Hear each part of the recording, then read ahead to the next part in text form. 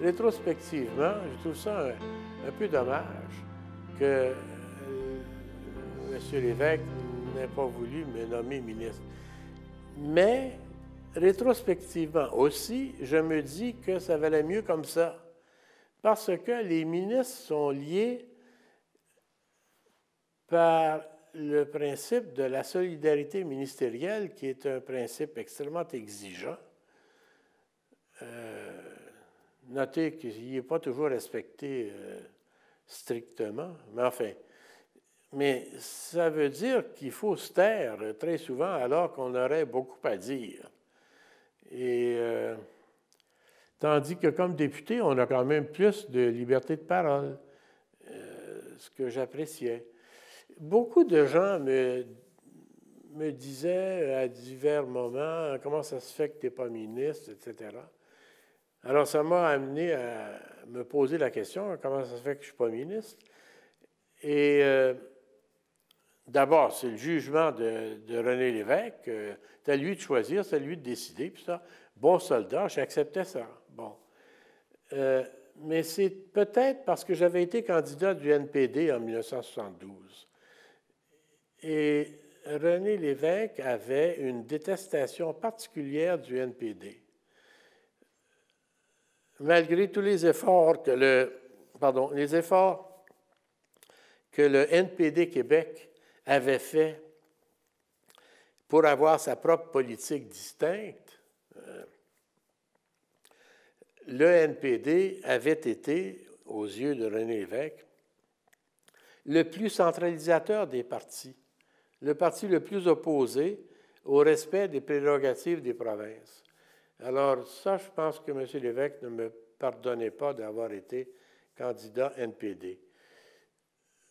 Peut-être aussi que le fait que je sois venu de l'Ontario, ça ne le disposait pas favorablement à mon endroit.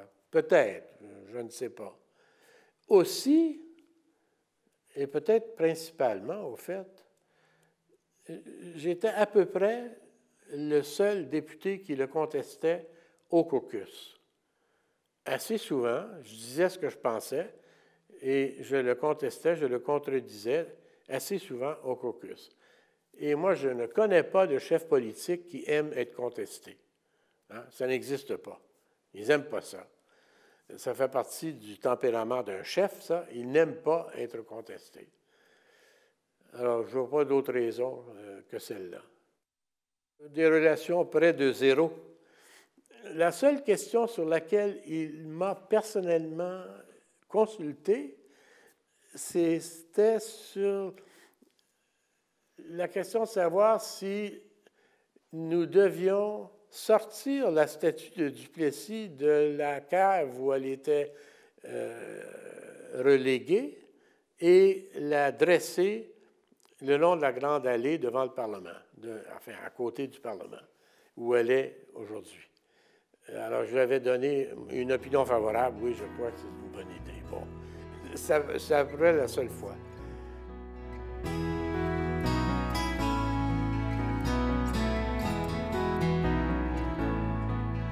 J'ai entendu Roy Romano dire à Claude Morin, je vais le dire en anglais parce qu'il le dit en anglais, évidemment, Romano, il ne parle pas français. Il a dit Claude, hein, Claude en anglais, c'est Claude. Claude, don't forget that we're here to make a deal. Alors, Claude, n'oublie pas qu'on est ici pour en venir à un accord. C'était clair comme message. Romano voulait bien jouer la comédie du Front commun des provinces, mais il disait à Morin, non, ça ne tiendra pas. Nous, on est venus ici pour se mettre d'accord, faire un accord avec Ottawa. Make a deal, c'est make a deal avec Ottawa. Non. Morin avait convaincu l'évêque que la solution, c'était l'accord entre les provinces. Ça n'a pas tenu, ça s'est effondré. Et alors, la nuit des longs couteaux, ben, ça n'avait rien d'étonnant. Ça devait arriver.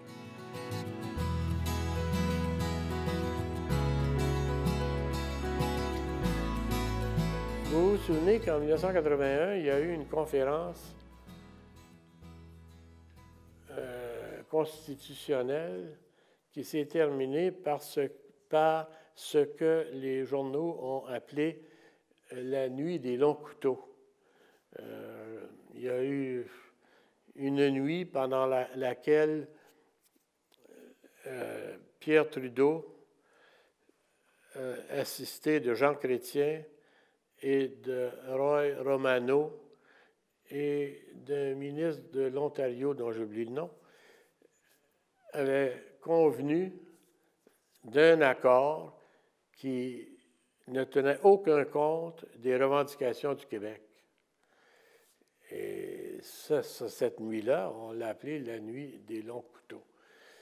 Or, ce qui a permis cette manœuvre-là, c'est la stratégie que Claude Morin avait convaincu René Lévesque d'adopter. La stratégie d'un accord entre toutes les provinces. Et dès le début, j'ai dit à Morin, j'ai dit à sa chef de cabinet qui était Louise Baudouin, je ne me souviens pas à qui d'autre je l'aurais dit, mais j'ai dit, mais ça n'a pas de sens, ça ne tiendra pas. Un front commun des provinces, ça ne tiendra pas parce qu'Ottawa a les moyens de faire des arrangements individuels avec assez de provinces pour que le front commun s'effondre. Ça ne tiendra pas, comptez pas là-dessus.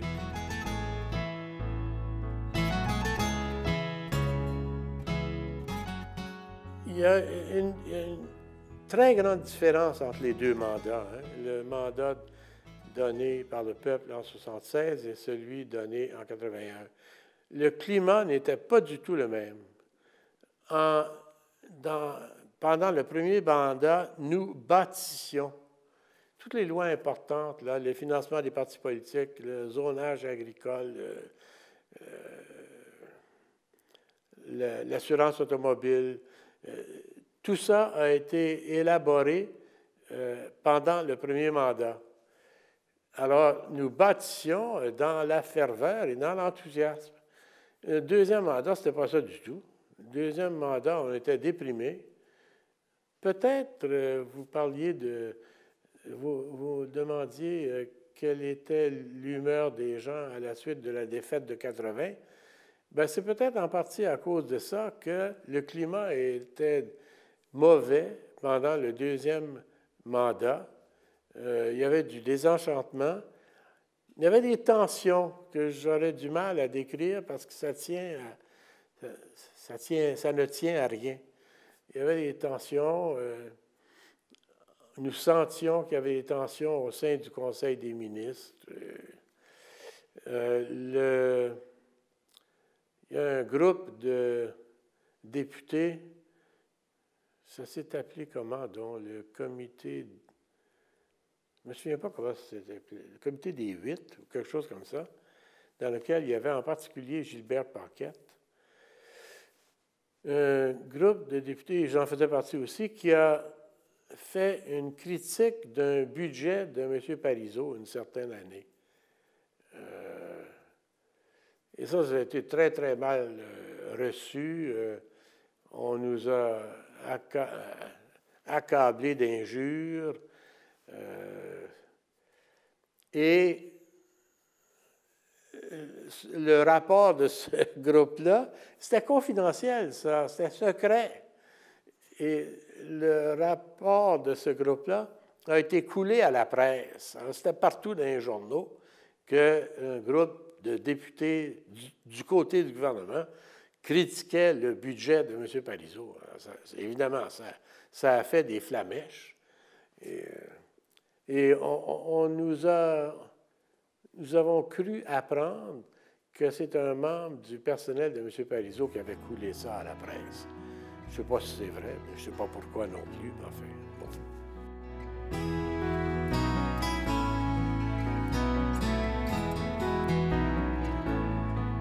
En 1984, quand est arrivé le beau risque, le beau risque, c'était une décision de René Lévesque à l'approche d'une campagne électorale qui a eu lieu l'année suivante, en 1985, d'interdire aux candidats du Parti québécois de parler d'indépendance ou de souveraineté.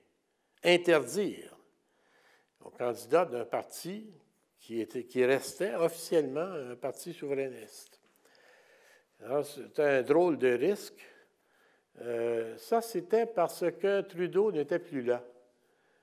Et Trudeau n'étant plus là, M. Lévesque croyait que les possibilités d'entente avec Ottawa étaient meilleures.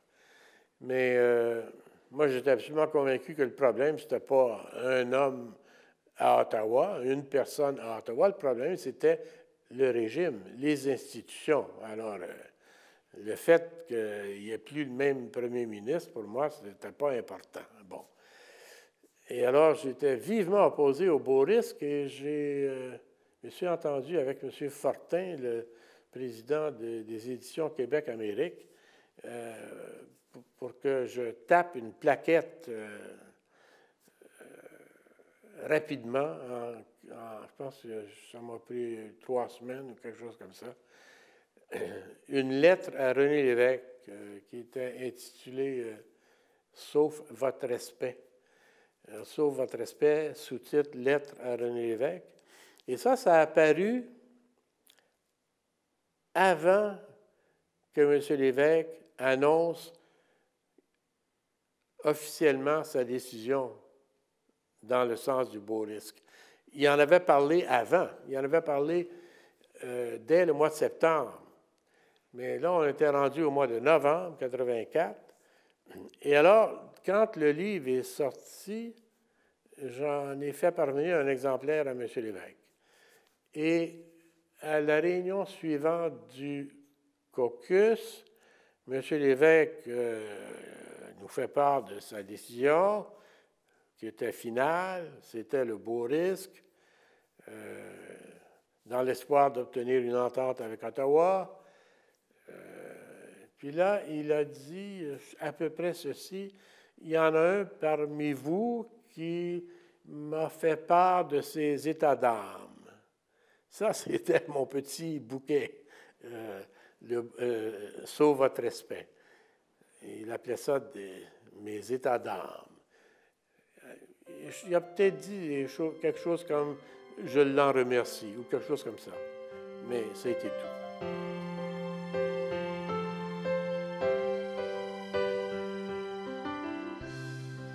Je pense que c'est 11 députés, y compris quelques ministres, qui n'ont pas accepté le beau risque et qui ont soit traversé le parquet de la Chambre, c'est-à-dire décider de siéger dans l'opposition, soit démissionner comme ministre et député, ou comme député s'ils étaient simples députés.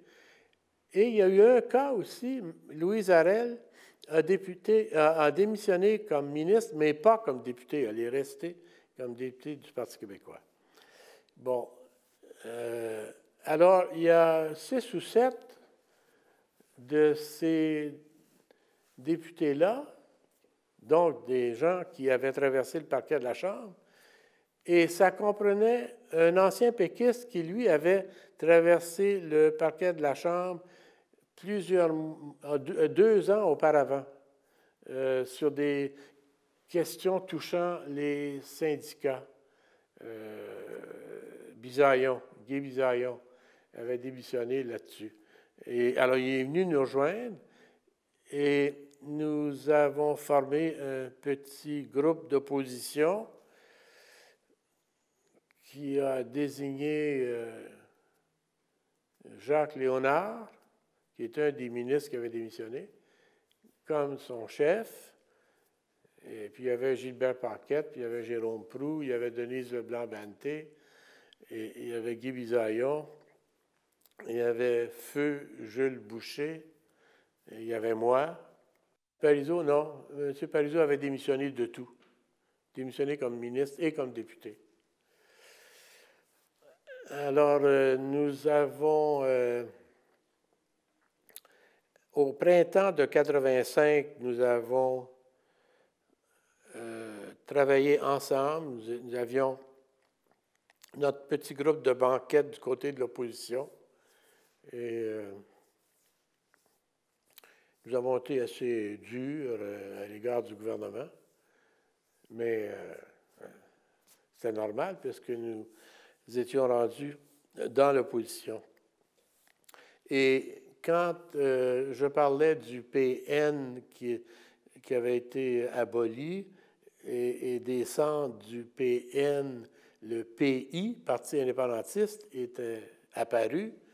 Alors, le Parti indépendantiste, à l'approche des élections de 85, nous a approché notre petit groupe de députés pour que nous nous joignions au pays.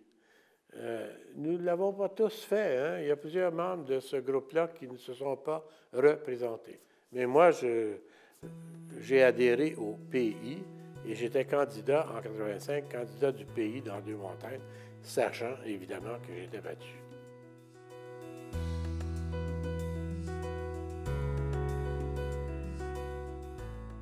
Oui, Gilles Grégoire, c'est pour les raisons que vous savez, une question de mœurs.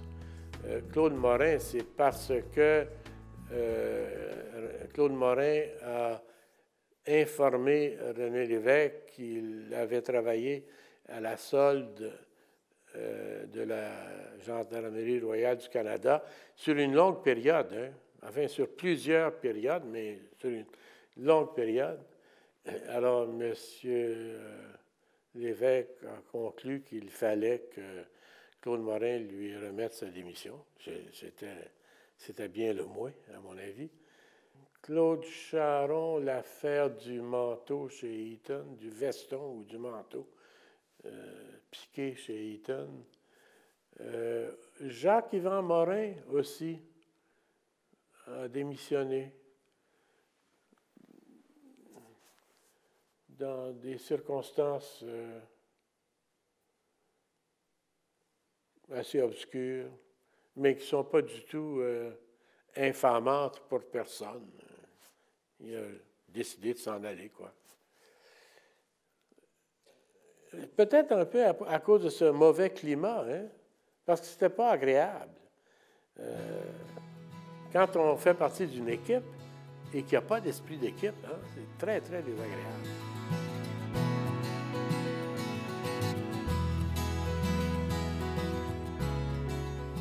Le fait d'avoir été perçu comme pur et dur, c'est possible.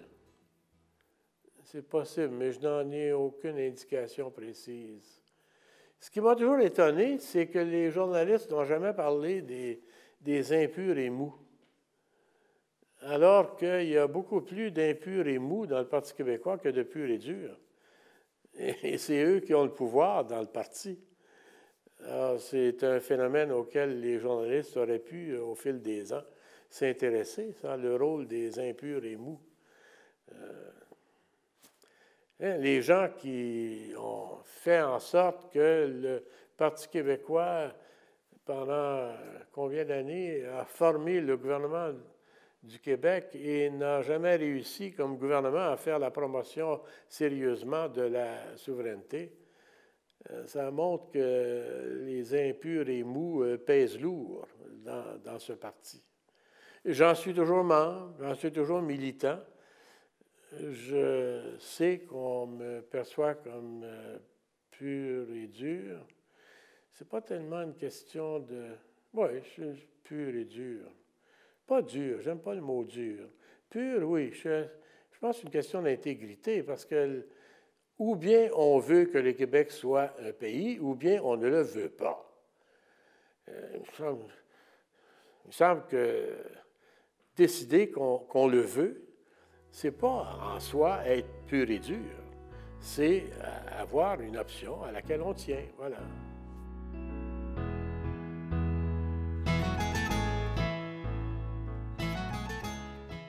Une chose qui m'a toujours frappé, c'est que la population, là c'est une grosse généralisation, mais enfin, la population ne tient pas la classe politique en haute estime.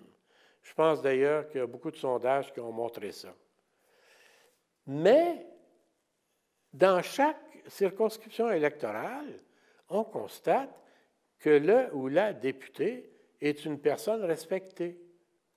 Autrement dit, le peuple comprend l'institution. Le peuple comprend que le député le représente et a du respect pour la personne qui le représente. Alors ça, je trouve que c'est très positif comme élément.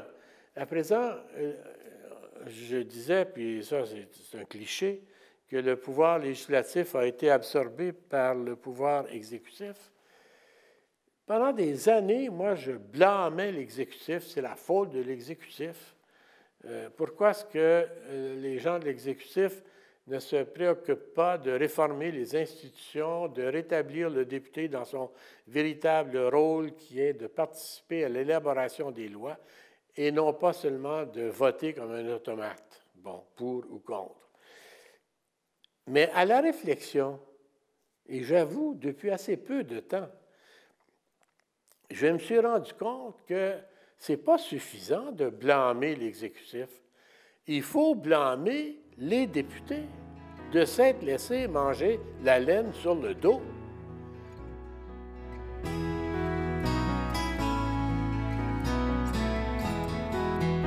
J'ai continué de m'intéresser à la politique. Je fais partie, depuis plusieurs années, d'un cercle de réflexion politique qui s'appelle le cercle Godin-Miron. Godin, c'est Gérald Godin, feu Gérald Godin, que nous considérions comme un homme remarquable, ayant fait le pont entre la littérature et la politique. Et parmi les premiers membres de ce cercle, il y avait Gaston Miron. Gaston est mort, alors on a ajouté son nom au nom du cercle. Et alors, ce cercle, on tient une réunion à peu près une fois par mois. On jase sur la politique et on s'entend qu'un ou l'autre ou des membres du groupe va rédiger un projet de texte qui pourrait être signé par tous les membres et envoyé, publié quelque part. Le plus souvent au Devoir, mais aussi parfois à la presse, au Soleil, à l'Action nationale. Bon, c'est nos principaux débouchés. Alors ça fait plusieurs années que ça fonctionne et ça nous a permis de prendre des positions intéressantes sur une foule de questions. On est évidemment très, très indépendantistes. Et je fais partie de plusieurs associations, les intellectuels pour la souveraineté, appelée IPSO, et une association qui s'appelle les Amis et propriétaires de maisons anciennes du Québec, une association fondée par ma femme, Thérèse Romer, qui est, comme je l'ai dit, horticultrice.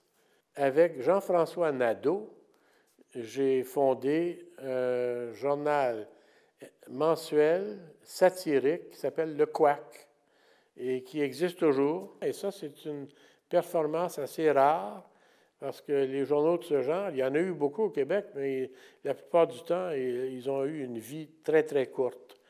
Alors, on est assez fiers que le Couac dure encore. C'est pas facile à financer, mais parce que c'est bénévole, mais on y arrive. Et c'est une entreprise intéressante parce que dans l'équipe, il y a des vieux, comme moi, ou Pierre Vadeboncoeur. Il y a des gens d'âge moyen, comme Michel Rioux et Normand Baillargeon. Et puis, il y a des jeunes, là, vingtaine, trentaine. Alors, cet aspect intergénérationnel est très intéressant. Hein? On apprend à se comprendre, on s'explique, parce que, comme on le sait, on en parle de plus en plus, les préoccupations des jeunes, y compris des jeunes indépendantistes, ne sont pas nécessairement les mêmes complètement les mêmes que les préoccupations des vieux indépendantistes, où, en général, les préoccupations des jeunes, les préoccupations des vieux ne sont pas les mêmes. Alors, ça permet, ça, de mieux se comprendre, de mieux se connaître.